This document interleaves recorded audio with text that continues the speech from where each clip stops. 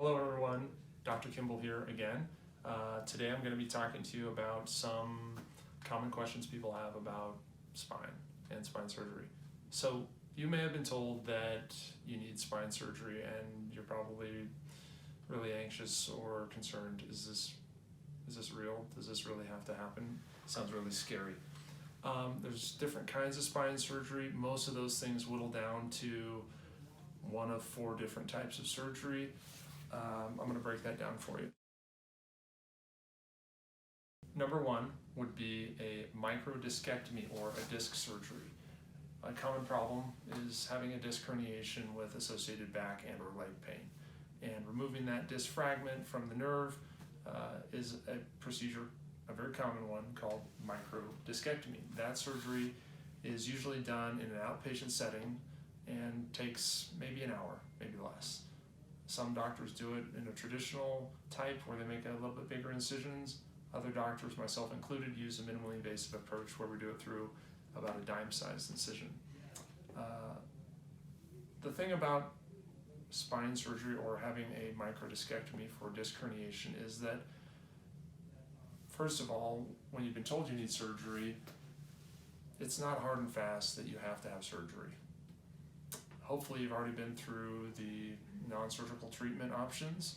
The only time surgery is really indicated is if you failed those things, tried physical therapy, a really good go physical therapy, spent time on anti-inflammatory medications, that would include Advil, Aleve, other medications like that, possibly doing an epidural steroid injection. Those are common. They don't fix the problem. The idea of an injection is that it can help calm down the inflammation around the nerve. Sometimes when you herniate a disc, it not only pushes on the nerve and causes pain, but there's some inflammation that occurs, and that further causes more pain. So the injections can kind of calm down that inflammation and allow you to feel better, and hopefully give that disc a little time to shrink back or reabsorb a little bit.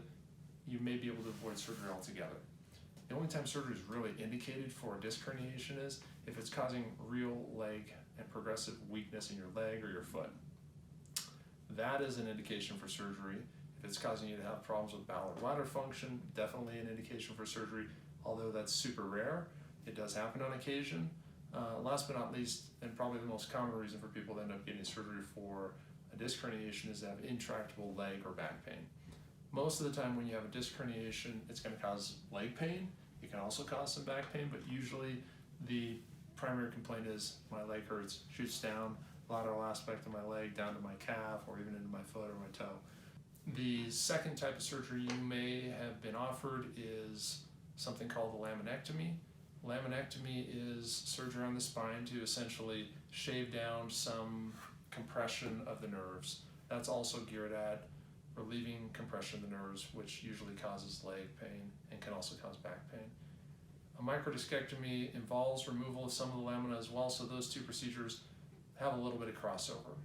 The important thing to know about those first 2 options are that they don't include any hardware, no rods, no screws, and no artificial products in your body. Number 3, you may have been offered a fusion of the spine. This is pretty common. Fusion surgery is indicated when a patient has an unstable spine or such a problem like a deformity, scoliosis in the spine.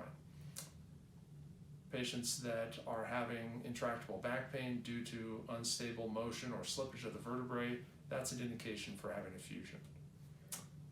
Fortunately, fusion is not the only option out there because there's a lot of untoward effects of getting a fusion, and that's what I want to tell you about number 4, which is disc replacement.